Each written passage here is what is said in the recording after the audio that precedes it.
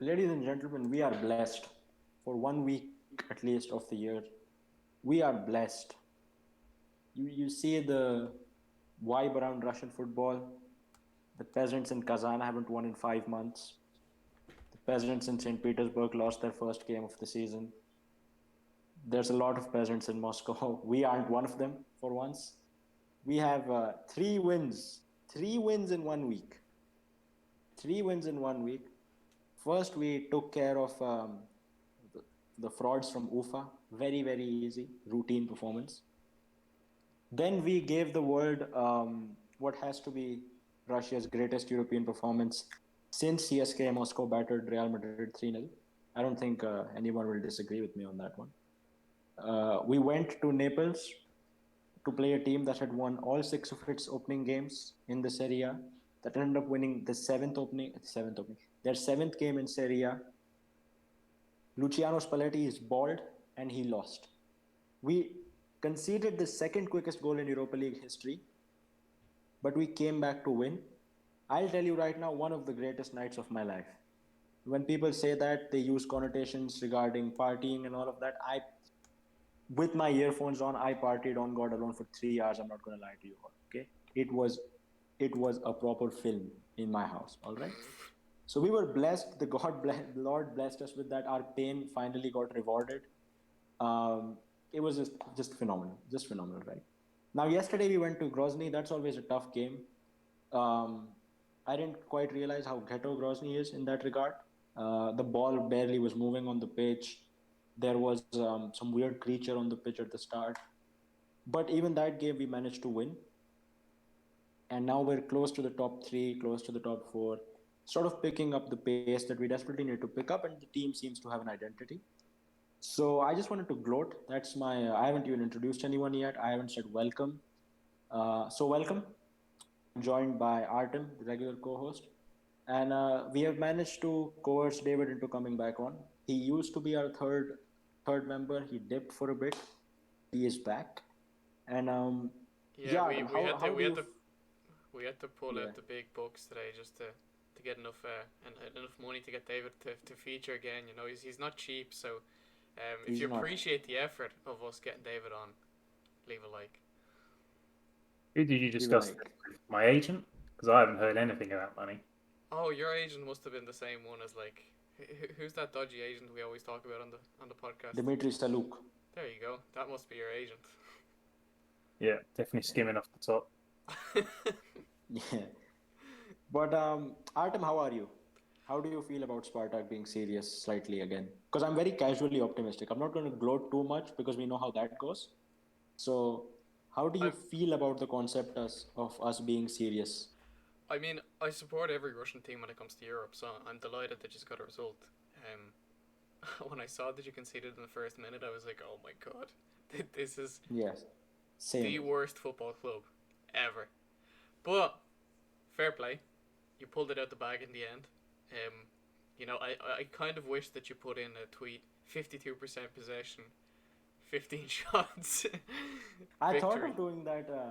I thought of doing that last week when we beat whoever the fuck we beat, and it was like, don't care about the possession, don't care about the shots. We got 3 points, but Yeah, I didn't in the end. that's a shame. So That's a shame. It would have been a good one, but yeah, I'm delighted. Like you say, you're getting serious in the league. I mean, you're so far down still, even with the wins, that I'm not too fussed. But you're moving up, and that's the main thing. yeah, it is. And David, what are your thoughts on Spartak? I know you'll agree with me that Ruslan Litvinov is the future because he is. That guy is very, very good. Mikhail Yes. Ignatov, I've been said, is the future. You've been said he's the future. And Artem, he might be a contender for the freshest man in the league. He might be our rising star. Um, Really, so, yeah, no. Yeah. really, like, okay, like, is he that If fresh? he had if he had better PR, his Instagram is very basic. It's like mine. Okay, there's like 4 pictures there. They're all like he runs his Instagram. That's the That's one not a thing PR stopping agency. him from becoming a star. Well, look, you Exactly, it need to is. promote yourself at some point. It's the same way, like, you have to do True. it on LinkedIn. When you're a footballer, you've got to up those Instagram numbers. That's what's going to get you the big Yeah, move in the end. exactly, it is. But yeah, David, what are your thoughts on the world of Russian football, on Spartak? What's up, man? Less the coefficients, I'm Yes, gonna also Yes, mention obviously Zenit also won, so big money in the coefficients. they did. So That was a I will big one. it take was. any Russian win in Europe, even if it is Spartak, and it means you get to gloat for a bit. Yeah, Yeah. Um, with the Zenit win as well, it now looks like Zenit will at least come third because would it win so comprehensive to 4-0, even if they lose to Malmo in Malmo? Realistically, Malmo aren't going to get points elsewhere. Saying that now they're going to win 2 games somehow, but realistically they're not, and it just gives us a bit of a cushion when we play them the next time. Mad that team then lost against Sochi this weekend, Look, but That's the we'll thing. come to That's that because I that game, like the Spartak game, hinged on the red card. Um, in Spartak's game, the red card was justified. In Zenit's game, I'm not so sure. Spartak's game, right? I saw, by the way, a couple of quick shout outs. Shout out Rafael from that Napoli fan channel. I know David went on his podcast. I reached out to him later as well. Super nice guy because he gave us a lot of love. Shout out to the guys at Italian Football TV for giving me the easiest layup of my life and pre planning that whole thing. But that if you don't know Spartak what game, man, Hanu's Mano, was talking about, it's this. yeah, it's this. All the big people picked it up. It was great. And I use this meme a lot in our private chat, so it was good that it got to saw the light of day. Yeah, Numbers Uh, that you got to in the end? What were the numbers on the likes and retweets? 25,000 likes, 2,600 retweets. And how did the Michael Corleone video do? yes, you had to. I had to. 1.5k But likes, pretty good. Pretty good yeah, for a reply. with that thing, man. Look, the Napoli game, the red card made it easier for us, but I think we responded surprisingly well, even though could have easily lost with 10 men. But the way the team played tactically and everything, it was great. Um, but like, how did Manolas not get a like 3 red cards at least, David? I mean, he should have definitely had a sec because he'd already been booked. He should have been booked at the end when Sobolev This was such a smashed. strange game. Like, look at the number of yellow cards. Look I at was the Yeah, just number of thinking that all of Napoli's back four have yellows. there were 13 yellow yeah. cards. Spartak got 9 yellow cards, It was a including the super 2 yellows sluggish. for It was Coffrier. a very sluggish and chaotic game. But It was a wild you- game. yeah, last Spartak gloat for this episode. Real Mhm. Madrid, Bayern Munich, Barcelona, all of the big clubs in the world lost. A lot of clubs won in midweek and couldn't win in the weekend, but we did. Okay, and we also have the best defense in the league, right? So yeah, that's it. That's all I had. We can big up Zenit now if we want, because they played very well against Malmo. Fair enough.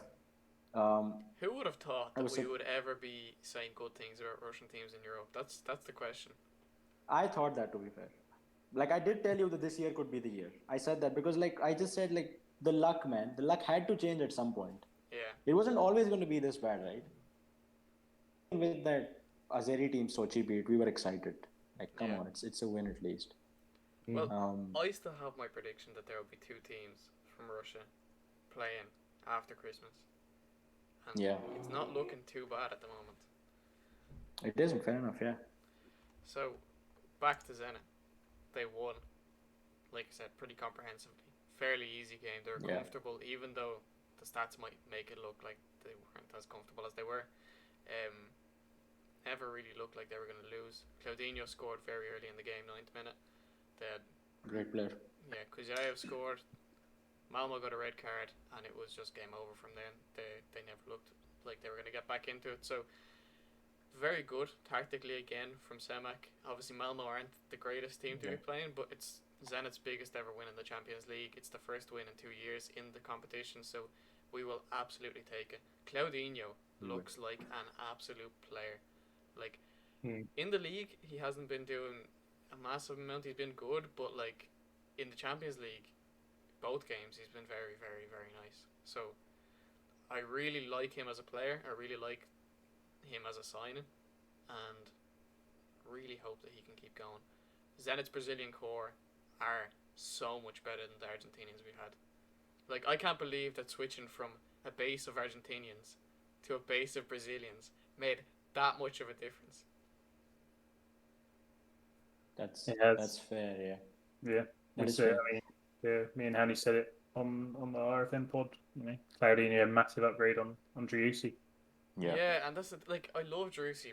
To be honest, like I love how much effort he puts in and stuff like that. But Claudinho is just more talented, and you can see it straight away when you watch him play.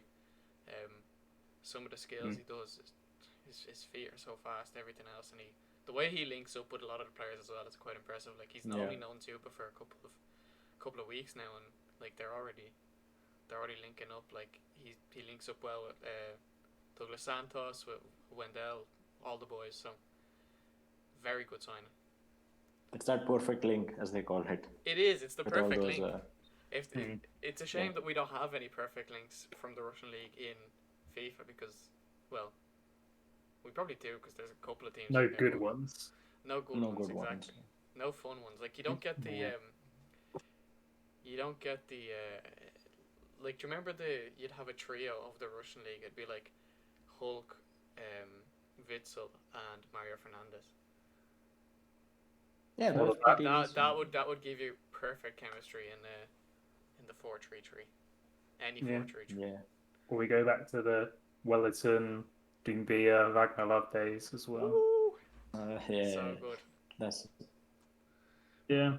Hopefully they get the rights back soon and we get more than just the Moscow teams who I don't think the ratings are being done particularly well at the moment. If they get the full league back, I'll apply for my job back and sort it out. Yeah, absolutely, Yeah. David. I You hope need to that happens. go in there and show them who's boss. Did he use Get FIFA? Yeah. good FIFA.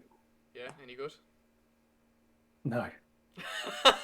You know it's bad He when you say posted it a on like the clip. third or fourth day of release, like He or posted however a long it's been clip. out. I think I don't know if you saw it, but David posted a clip on his Twitter, which was basically he chipped a through ball. The goalkeeper came outside of his area and punched it, Oh and my nothing happened. days. Yeah, it's worse than ever. I only get it because me and my mates play clubs. Yeah. You know, we go every Friday play clubs for like 2 or 3 hours, and that's good fun. Like, I don't care if I could just buy clubs and spend like 20 quid just to get clubs, Yeah. I would. Instead, I've got to spend 60 quid to get the whole game, Oh, it's and such therefore I a play it a bit. it's so I would play annoying. loads more probably if I could get a full RPL team. You know. Yeah, oh, 100%. I'd like, well, I don't need to buy it. My brother bought it, but like, I would buy it myself if the Russian league was in it. Like, my brother was playing it earlier, and he was saying to me like, oh yeah, like the movement is more realistic or something this year. And I was like, is that the only upgrade? And he's like, pretty much. But then I watched him play it, and it looks the exact same as FIFA 21 to me. Like, Yeah. I didn't play much of FIFA 21, but looking at that game, I would have, like, if he had not told me that he got FIFA 22, I would not have known. Yeah, it looks fairly similar year to year. Graphically, it does look better on the PlayStation 5, but yeah, in terms of how David, it generally looks, it's we terrible. got the PS5 as well. You're not the only one balling out here. I think it looks better, but I'm always the But- ghetto one in these situations. Yeah, we were just chatting about this before the podcast. That Well- Hanu doesn't have the GeoGuessr, so he can only play with us whenever we send him invites. You know, he yeah, can't I mean, But it's just as bad. It's just worse than I can play eFootball though. That's free. yeah, If you've seen the pictures and frames from that game looks like it's something else. I haven't, no, unfortunately. Cool. But I'll download it to play it with you. Wait, you haven't seen the pictures of the fucked up graphics and stuff on that game? Oh wow, that's crazy. That's been all over the timeline. yeah. They're Even hilarious. I've seen that. I can send you Harry Maguire if you want. You'll be haunted forever. It's just You may as well send awful it all. Wait, graphics. hang on. Are you talking about the PES ones? Yeah. Oh, right. No, I thought you were talking. Oh, I forgot it was called fucking eFootball now. Exactly. It's so bad. That screwed me over. That is free. Oh my god. Jesus Christ! funny thing I is- completely forgot that they rebranded, and I was like, "What the hell is Yeah. eFootball?" No, because this guy used to invite me to those PES drafts with the RPL clubs, and that was really fun. Right. Okay. And like, yeah, I'm talking about you. You invited me to those PES like drafts where you could pick from RPL clubs. Did we? Do you not remember that? I do not. Yes, you remember did. that. I don't remember. Sorry. It was a game mode on. Yeah, but that used to be really fun, and now it's just the game is awful now. Well, we still have FM draft at least. Are either you's gonna get that game? FM22 looks like it's the same as this year. I'm not gonna lie. Yeah, so I'm not gonna lie to you. Yeah, I mean the main reason you get new FM is for Yeah, the yeah, squad yeah. database updates and stuff like that. Which Yeah. I will definitely get it. I've always preferred FM to FIFA. Oh, Yeah. I've just sent you Harry Maguire on Twitter just to cheer your day up. Right, well, may as well That's just amazing. go into my messages.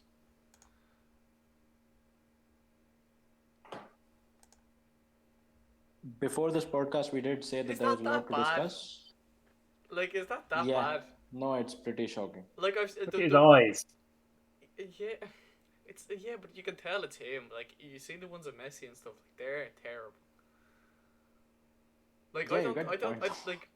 I don't think that's that bad. Like, I think that there's a lot of players in FIFA who look a lot worse than that. Look, search up on Twitter. Search up at FCSM_eng ENG and write PES, just PES, and you'll see what they did to Larson last year. You probably have seen that before, but They've got one of Ronaldo and Pogba looking like they're having the hairdryer treatment. wait. I'll send you the tweet. Hold up, that'll be. Well, no, you're not gonna find it like that. It was months ago. Hold up. Oh Jesus! All right. Well, oh no, I remember Yeah. I remember the last one. No, it's fine. It was shocking. Yeah. Well, anyways, it's not great, but Yeah, look, it But, is free at the end of the day, so at least there's that. yeah, that is true. Fair enough. Yeah. So, But yeah, what do you want to Well, we- discuss? You want to list? you know what? What? Let's go straight into Lokomotiv Please. because we have yet to discuss their European game in which they lost 2-0 to Lazio. We don't really need to discuss this pretty poor performance. You can see from the stats there, it's just awful. Yeah, So I they're turned it bottom of off the for group half there. time. So they also lost against Rostov. Gilherme, by the way, At covered himself in glory again against course, Lazio. nothing new there. And had they if they had hired Hanu instead of Spartak, then Hanu would have been tweeting 60% possession, 8 shots right here.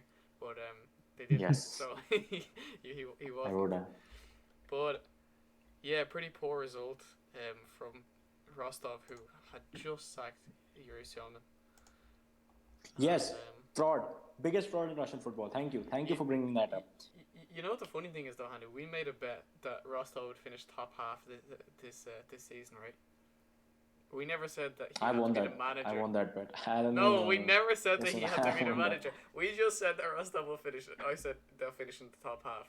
They There still was no won't. specification that he has to be They the still manager. won't though, because It would be gonna hilarious get if they some- did now. yeah. No, but Yuri Semin is the biggest fraud in Russian football. Nobody can tell me otherwise. This man is awful. He is shocking. He's living off of one trophy in his life. I hope he retires really soon. He's just not good. I don't know why. I saw that tweet from Championat today asking if you would like him to be the Lokomotiv manager. Who wants that? Did you see that tweet? You did see that tweet. It was like, guys, if Nikolic is gone, would you take Semin back? No. I want to stay up. I don't want relegation. Well, that's what they might be getting. So, for anybody who hasn't been following the news, we'll talk about this before we talk about the results. Nikolic, apparently he was meant to be sacked, but then he just left himself, right? So that is right now the situation in Lokomotiv. Earlier on the season, we were told, well, rumours came out that they wanted to get rid of him. Zorn and Ragnik wanted to get rid of him. And they kind of got a good bit of backlash. That was the same time that Krychowiak moved to Krasnodar, and all the other stuff was going on in the club. Baranov was meant to leave, Smolov was meant to leave, all that kind of stuff. Most of those didn't end up happening, and we thought that Nikolic wouldn't end up happening either. But it looks like they've kind of waited for things to die down, and then deliberately kind of fucked up his. I'm trying to Yeah, word this well. they tagged him. They sabotaged him. Exactly, they pretty much sabotaged him, whereby the Mexican doctor was choosing which players are fit and who's not, and kind of not allowing him to play certain players and stuff like that, and that caused them to go on a bad run of games. It's something like 5 games or something they haven't won in. Yep. And Yeah. So that has led to Nikolic tendering his resignation today. It's not So official yet, is it? Or have I missed that? I think it's been announced by someone in Lokomotiv. Oh yeah, I think I'd seen that. Yeah, some guy had said it's going to happen, but yeah, it's not gone through the official channels yet. Okay, right. Like Well, it's we not been can officially confirmed. pretty much take it as fact because It these seems insights likely tend to though. be Yeah. pretty right. Like, who's making this up is what I'm gonna say. Like, they'd have nothing. They'd lose all credibility if this ended up not being true. So we'll take it as true. Like, I wanted to ask Yep. both of you what you think of it. Right. So we'll go to David first. Yeah. Uh, yeah. I mean, if we're taking it all as read, the transfer stuff. The transfer stuff not so much. He's still got a decent squad there, but he's had to readjust obviously how he was playing before. Um, the squad stuff. When I was I was doing the thread for RFN. When I was typing it all out, saying the doctor has final say, I was thinking, well, that's probably the case in a lot of clubs. To be fair, I feel like most clubs, the doctors would have the most predominant or final say on whether the player is available.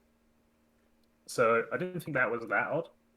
Once I started thinking about it, the fact that he maybe has no influence at all is a bit strange. But then, if the doctor says, "Oh yeah, he's got a calf injury," and the manager says, "Well, I should play him. I'm going to play him still," Yeah. then you'd blame the manager, wouldn't you? So I didn't think the medical stuff was that odd. Once I sort of thought about it, I think that it was made out to be worse than it was, but I think that there is still more things behind the scenes. I'm Like sure like there is more to it. Yeah. something wouldn't come out like that and just be like, yeah, like in that sense, yeah, absolutely. Like he's not gonna like the doctor's not gonna let him play a player who's got a broken leg or something. That's an extreme, but you know what I mean. But I feel like there definitely would have been other stuff in the background. Yeah. Like they wouldn't have specifically mentioned something like that if there wasn't something that. I mean, yeah, they've clearly wanted to, Zorn and Co, whoever's in charge of doing all this, they've got a vision for the club. They ditched. They wanted to do a huge revolution in the window. Yeah, they were targeting young Russian players. They brought in Marikashvili and Tiknisian. They got rid of older core players, and obviously they want to do the manager as well.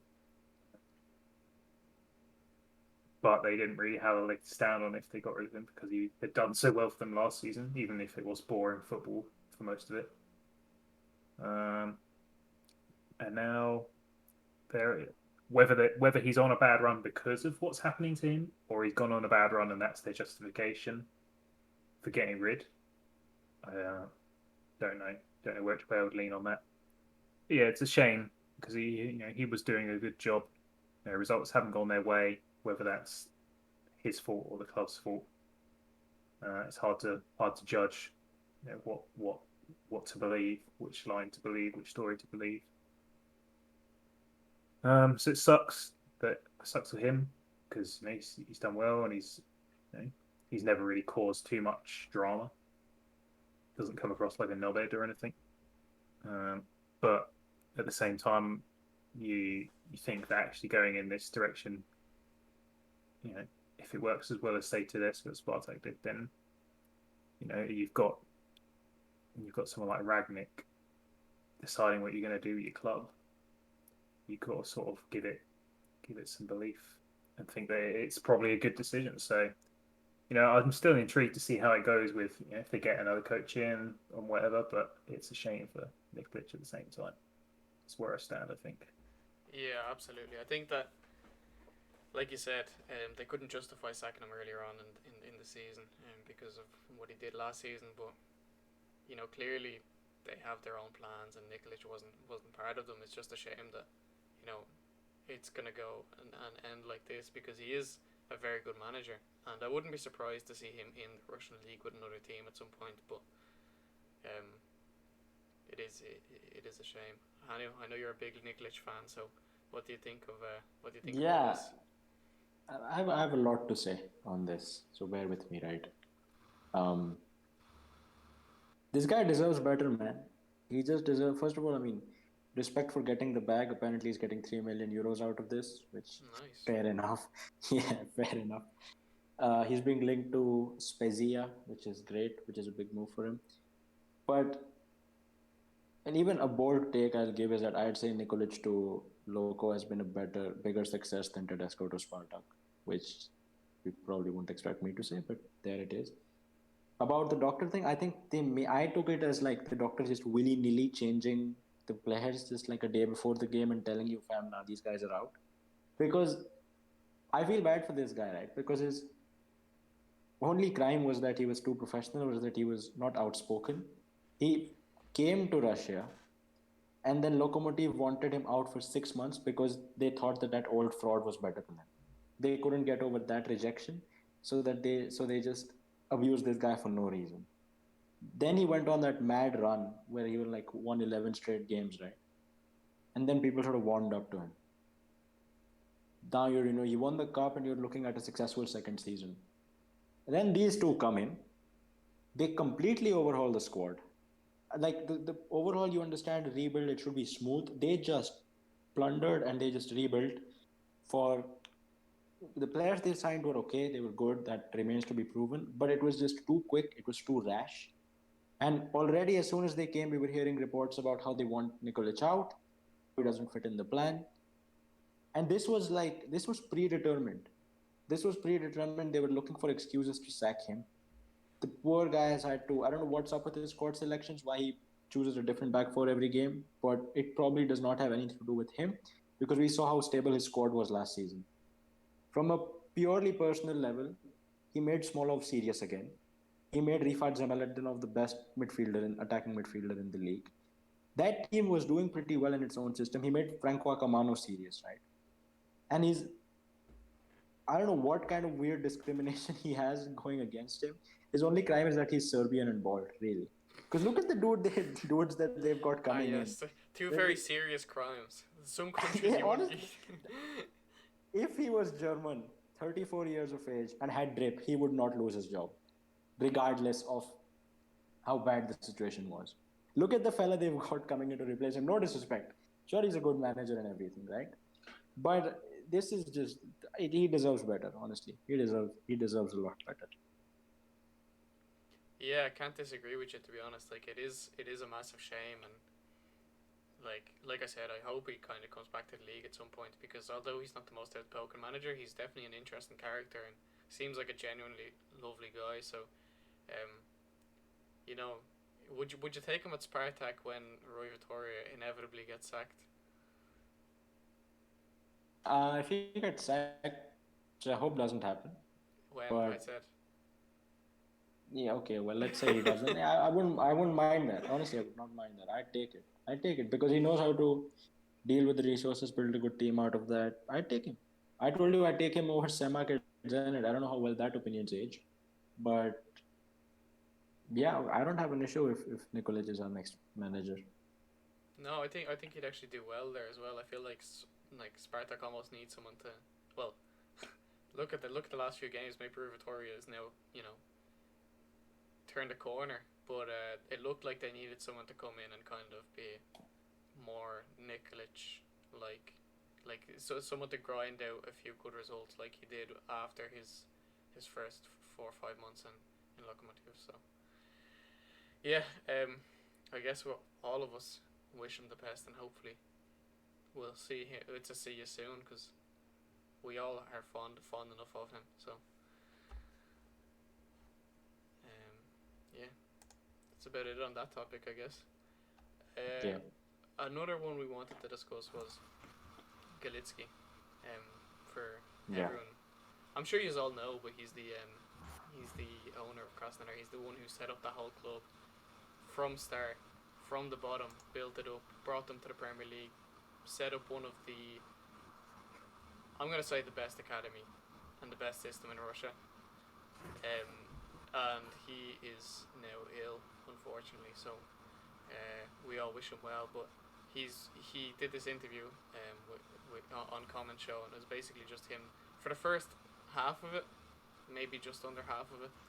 He was talking about how they're starting to to prepare for life after him and how the club shouldn't finish on him. So he's trying to make the club more sustainable before he takes a step down or, you know, something happens. But yeah, it was an interesting interview. I know you got to watch a little bit of it, but Yeah. obviously the translation mightn't have been the best.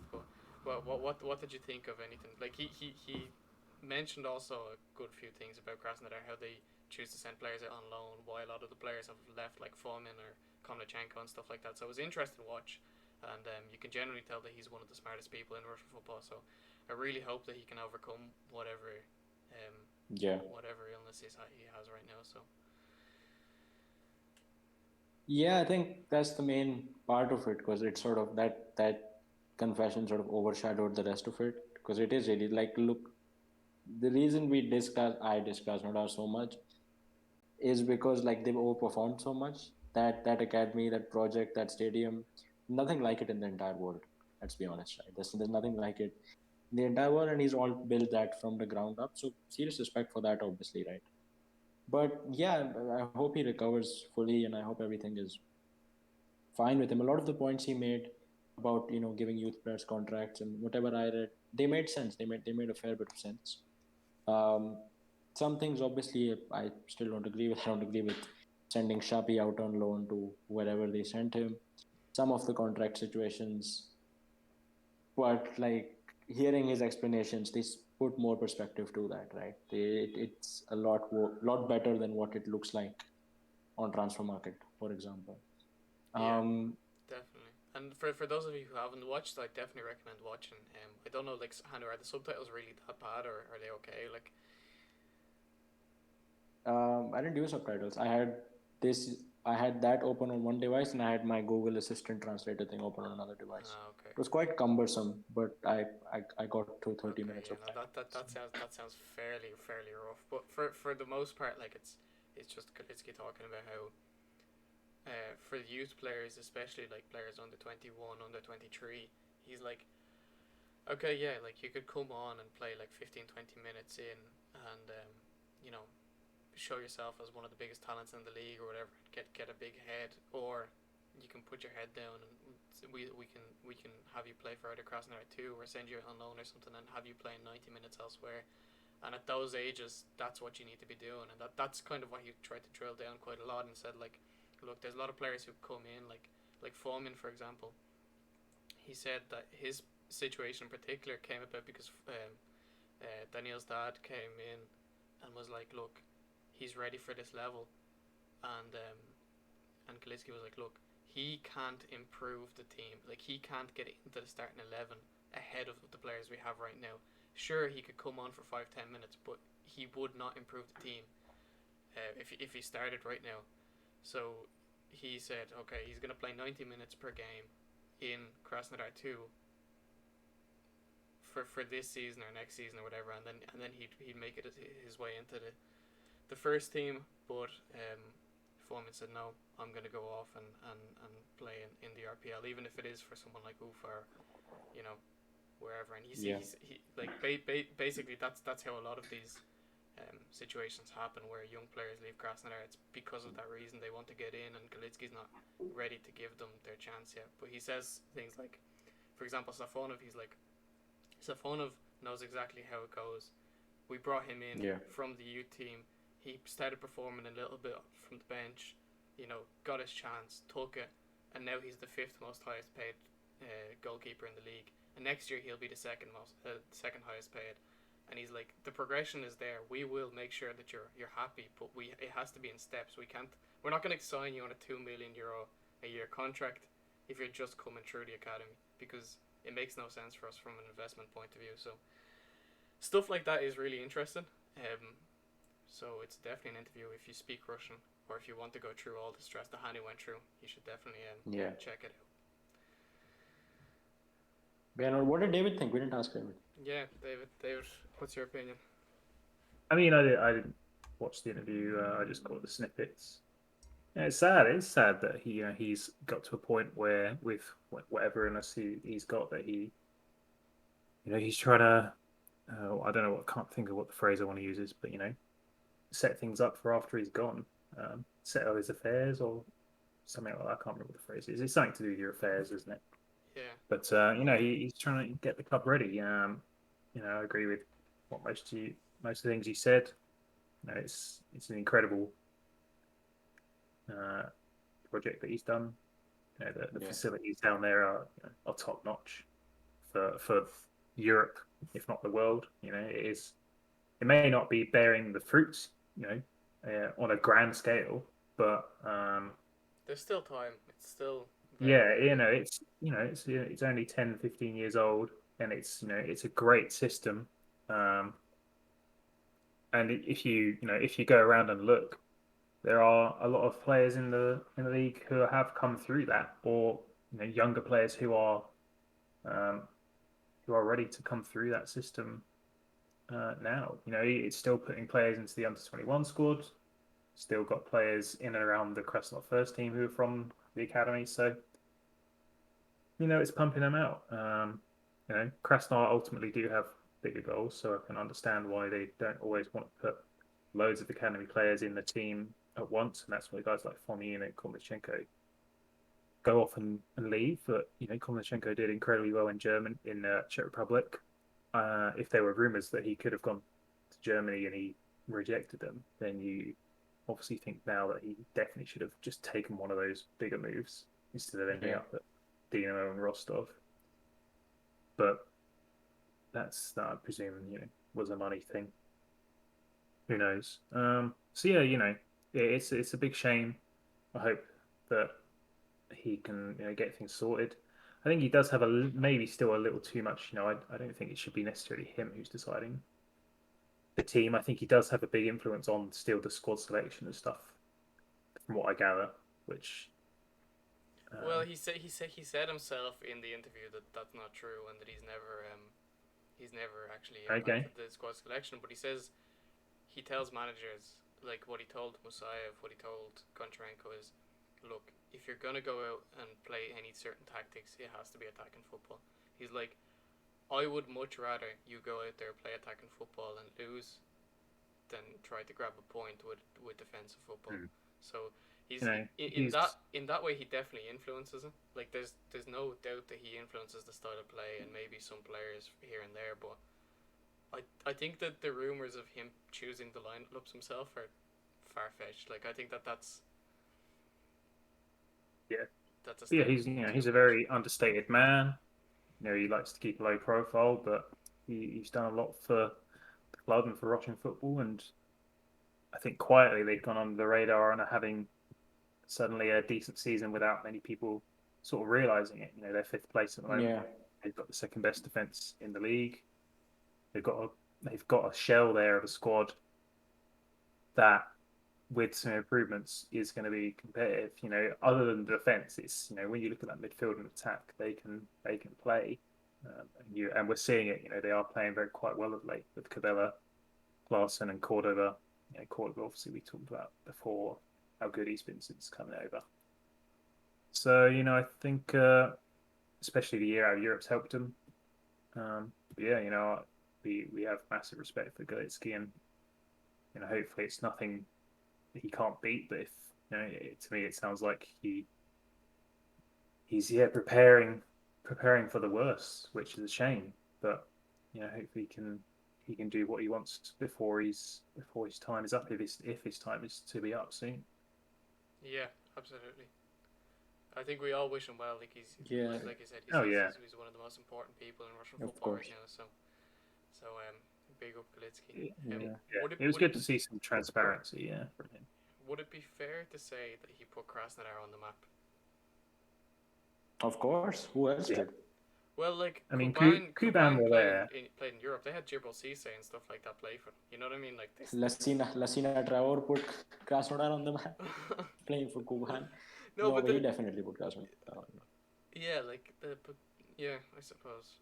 Like that's the thing. Like Krasnodar have now played Champions League against Chelsea and drawn at Stamford Bridge. yeah, it's a step up for sure. They're now on the map. It's like, They, but the thing that's really refreshing about his ideals and stuff is how different they are to a lot of people, and how different they are to what you would expect them to be, right? Because right now in football, there's this huge trend of this sort of moneyball mentality or whatever you want to call it, where everybody wants to sign young players and everybody wants to sell them on for greater profits.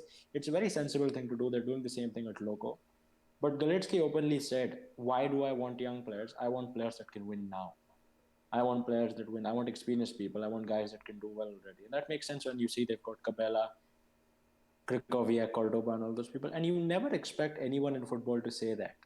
Maybe like dumbass directors who are in like managing Tranmere Rovers and shit, they say stuff like that because they don't know better.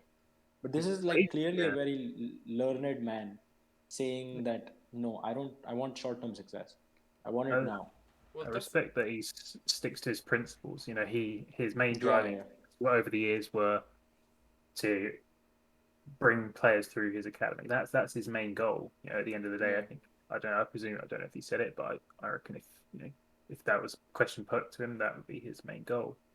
Yeah. And if to support that, he needs a strong team that those players can slot into without being swamped or whatever. Yeah. And and that's what he's done. He's got an amazing base there. I think it draws. If you look at some of the players who've come through it already, like your Ignatievs and your Shappies, none of them, I believe, are from Krasnodar itself. I mean, a lot of players who've come through that academy aren't from Krasnodar. They've been drawn to that academy by the facilities or been picked up, whatever. yeah. So it's good to see that happening, and I like that he stuck to his principles. He'd said, I remember the big thing that everyone used to meme Krasnodar about was that he'd said he wanted to field a team of 11 academy players, and then when there was games where Krasnodar didn't field any at all, they would Yeah. just meme Krasnodar massively with that quote. And I always thought that was unfair because his club still was doing more with their academy than mostly the rest of the league. Yeah. So yeah, That's the thing. He actually answered that question again in this interview, and he says like, look, at the end of the day, the only way to keep this club sustainable is to bring players through the academy the whole time. Because if you're looking at it from one sense, yeah, sure, there might be players who want to move to Moscow or St. Petersburg, but there's no players in Europe who probably have even heard of Krasnodar. Like he's like, there was one question they asked like, oh, so like Yeah. Cabela and Cordoba and stuff like that, they're here for the money, and he goes, no, obviously they've been supporting Krasnodar their whole life. What do you think? So like, Yeah. It's a very fair answer. It's a very fair answer. Like, what else do you think? What else am I gonna attract them for? If it's the money, then it's the money, right? Like, there's no shame in that. that's the thing, and they were like, well, you could have at least said the Sun or something. And he was like the Sun in other places. Realistically, Krasnodar yeah. not even a big city. You'd sure, yeah, you can go to Sochi and have like relax, but it's still not even that close to Krasnodar. So They he's come like, for the money, and then they've got to back it up from a pitch to play well enough to keep them happy enough to stay there. exactly. This season will be a blow to players, the foreigners who are there. And if they don't get into Europe next season, there'll be an exodus, I would imagine, of some of those, your Cabellas and your Claessens, Cordoba. The guys who have signed more recently will probably stick around, but some of the ones won't want to miss 2 years out of Europe, especially when they're coming to maybe their 30s. No, and that's the thing. Like, Yeah, and he's right. And the way you said, like, okay, yeah, he's looking to build his academy and bring players through the whole time, but also wants results now. Like, it's a very sensible approach. Like, you can tell that he knows, or that he thinks a lot more long term than what a lot of owners do, and maybe it's because he built his business essentially from scratch and Yeah. like built it into one of the biggest supermarket chains all around Russia before selling it. But like, there's so many billionaires who buy football clubs who don't have a plan, and they're just kind of there for either status. You see that in the Premier Yeah. League a lot. You see the Glazers. You see like,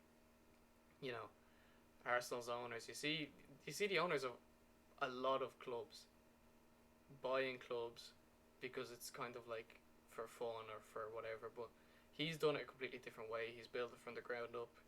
He hasn't come in and taken over something. He's He's done everything his own way, and he's the man behind the blueprint for it all. Realistically, like there's no one else who's had as much input into that club as he has. I hope that, if he does pass away, and I hope that however he leaves it, if he leaves it in someone's hand or if he just leaves it into a corporation with a plan, we don't want it to be like Angie, where, I mean, it's not going to be exactly like Angie, but obviously Kerimov withdrew all his funding or a lot of his funding because he was unwell. Yeah. I don't want it to be like Galitskiy passes away and then whoever takes over his fortune and business after a year decides we're going to cut back on funding. I'm hoping whatever he does is like airtight. We need this much going into the business, going into the club for X amount of years, because it would be a huge waste, building that amazing stadium and those facilities just for 5 years down the line for some executive to decide, well, we're going to cut back now, because Galitskiy would never. Well, that's the thing, and it sounds like from the interview that he's setting up absolutely everything. Like he's, Yeah. Yeah, and I hope it works. Yeah, me too. Like, it would be a real shame. I genuinely, like, I know we meme on them a little bit in this podcast, but Krasnodar are genuinely one of my favorite teams in Russia, and I love everything they're You doing. say we. No, I'll own up to it. I mean, suppose, yeah. Like, I I'm I actually meme them mostly on their ruthlessly. side, actually. Yeah. So I'm always Artem on their doesn't meme side. them. Yeah, so- Artem doesn't meme them. David loves them, right? I'm the one that does all the memeing, and I'm unabashed about it because they do meme shit. they do memeable stuff, right? But like the foundations are there. They just need that like little bit of, I don't know, luck, guidance, planning, whatever you want to call it. But like they're a decent team, man. There's no doubt about that. Can I honestly say, at some point in the future, this is my prediction, 100% this is going to happen. Slutsky will manage Krasnodar, without a doubt. At some think point, they'll I don't go know how foreign far down in manager. the future. I can see it. I can see it being his next job, actually. He's built for a team like that. Yeah, it's very chaotic. He's got the exact same, like, thoughts of how football should be played, and more like a, building up the youth, laissez-faire and attitude rather than. If you think about what he's doing at Ruben, he says to players like Makarov and Kvaratskhelia, he says, go out and play how you want to play. Exactly. And the rest of the team will cover you, basically. It's how he's told them to play over the last year. And that's mad. He's talent willing development. That's his main thing. Player. Yeah. Yeah, exactly. But you got to respect. I can't think who was which player really come through for Krasnodar last season. I can't think which academy player it would have been. This year it was obviously Spurtsian is the one this year who's obviously killing it, and Chernikov. They both play regularly. Yeah. The thing is with Rubin, because they're struggling and Zenit-Sochi is struggling, right? It's fair enough. No, I mean, I'm not gonna joke too much on that, right? I feel like so much of that has to do with how shit the pitches are in Kazan. They are awful, man. The main stadium is terrible, the big one. The smaller one isn't exactly great. And I saw that Akhmat pitch, and in contrast to the Napoli pitch just 2 days ago, right? The ball, like, it makes so much of a difference, especially when you've got these pacey wing players and you need the ball to like move quickly and so on. And the ball would not move in Grozny. It was raining, it was all of that, and it's similar in Kazan in those potato fields, right? So Zenit-Sochi with a good groundsman and Rubin are back. That's what I'm telling you. That was it. They were complaining, weren't they? A few weeks ago. Yeah, it's a very fair complaint. They haven't played it because they are in a sense because Russia are due to play there and they want to save the pitch. As if that's gonna help. I would absolutely love if Rubin signed like a grass farmer or something and announced them on Twitter. That would be just had him with, like, I a hope we can pitchfork or something. Yeah, that would be that would be amazing. Yeah, I was putting it just down to injuries and tough opponents, and then obviously we shit the bed a bit against Nizhny. I mean, we had clubs do that. We had some refereeing. We've had some bad refereeing calls in that. What was there was a really bad referee call. With the Zenit game, when Zenit scored. I mean, it wouldn't have made a difference, but Zenit scored their third goal after a handball against us, blatant. And then this week, we missed a penalty again missed a penalty to cost us a game like we did against the Polish team. And then Nizhny got a penalty for absolutely nothing. And Kostyakov played left back. He's played left back, centre mid, up front, right back this year, and he started the game on right wing. They stick him anywhere. That man, and he's so terrible as well. So, hopefully we can get some players fit again after the international break. He's in the team because he has a big heart and he's passionate. He's in the team because do that. He's in the team because Zuev, Ignatiev, and Samoshnikov are all out injured, so we've got no left backs available. Yeah. What's his biggest quality? Oh, he works really hard. He runs.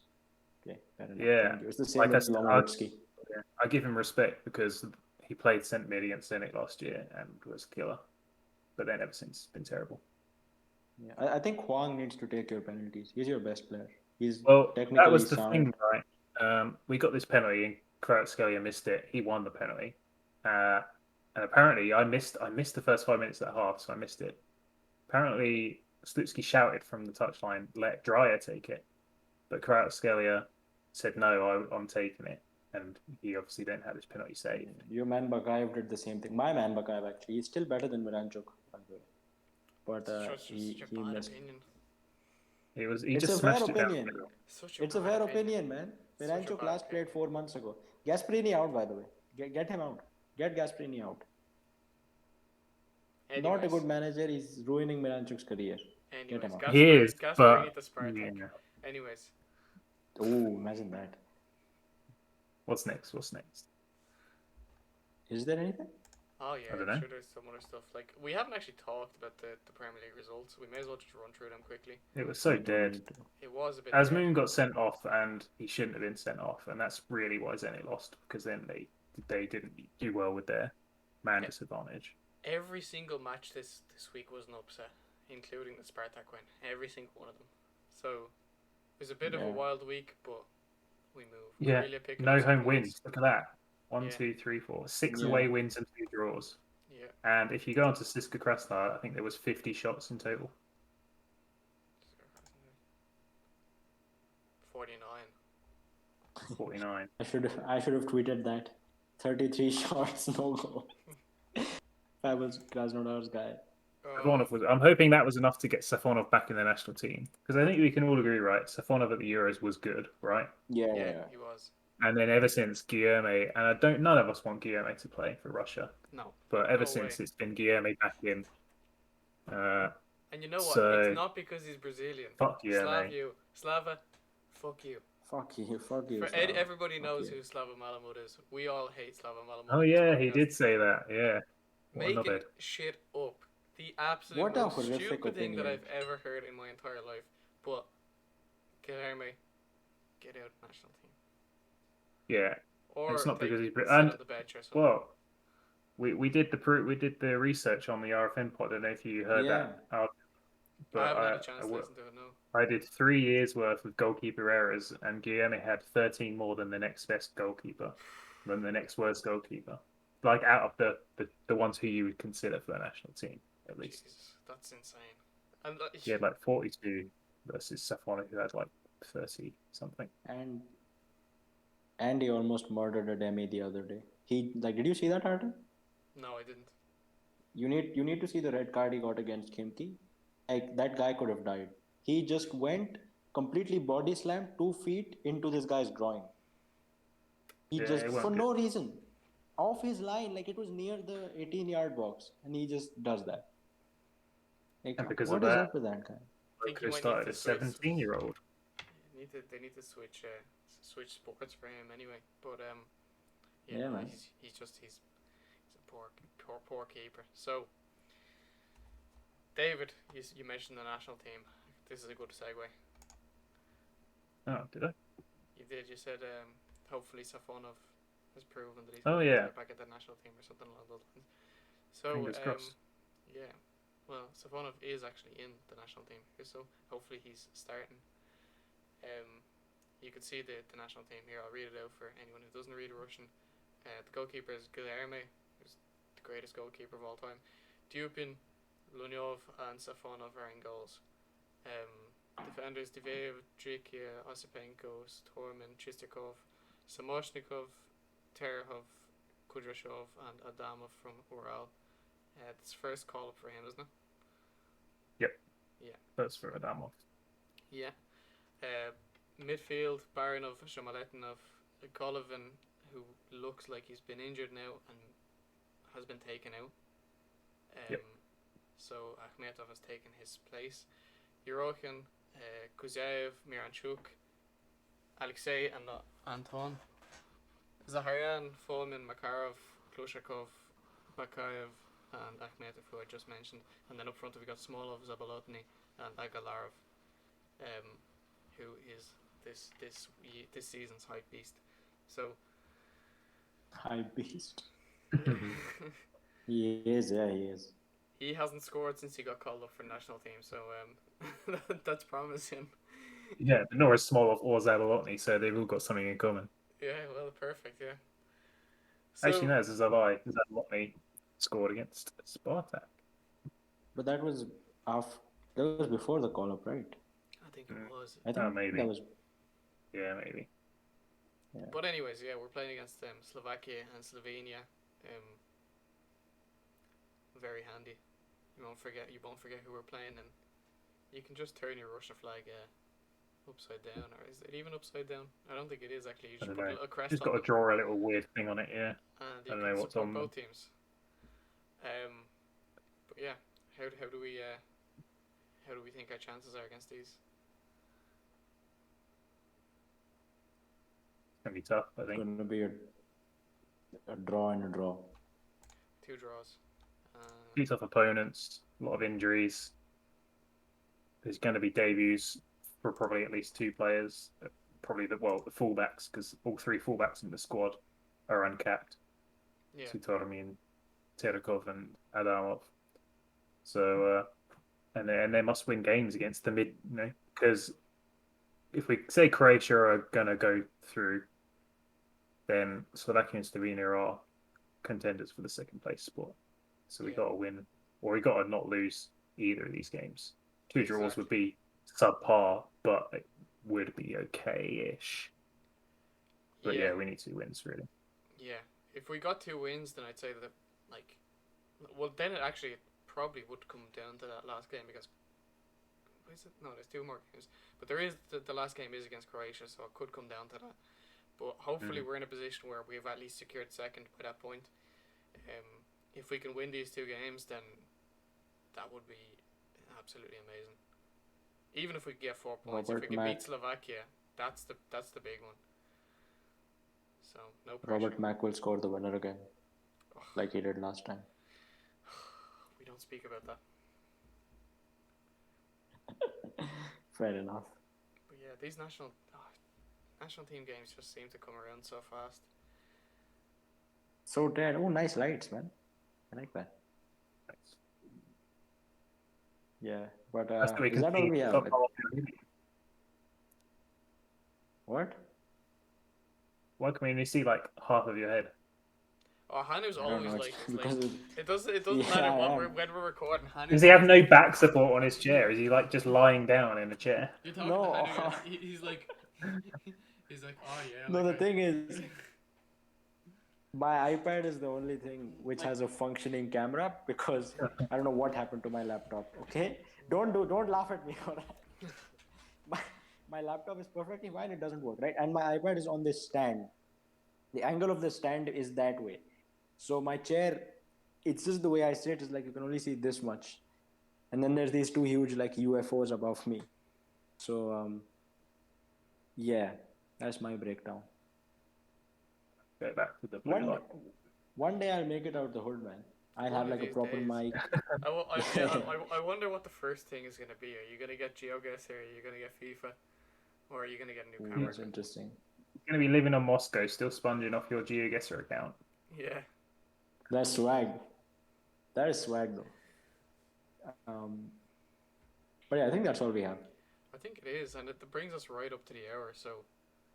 Oh, really? Cool. Yeah, we're 59 minutes in, so... Guys, if you did enjoy this, please leave 2 likes.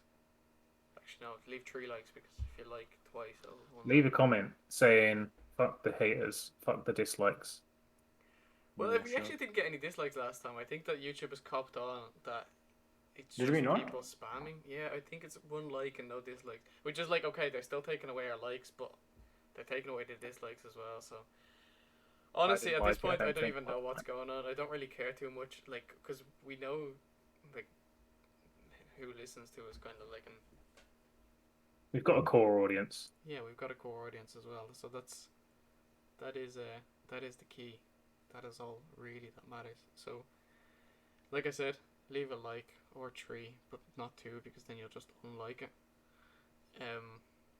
David, thanks for coming on. You were worth every cent. Thanks. I hope to get that sent soon. It was 1 cent. You'll get paid the day that Hanu gets the GeoGuessr premium. Jesus, man. What a day that'll be. Anyway, guys, talk to you next week.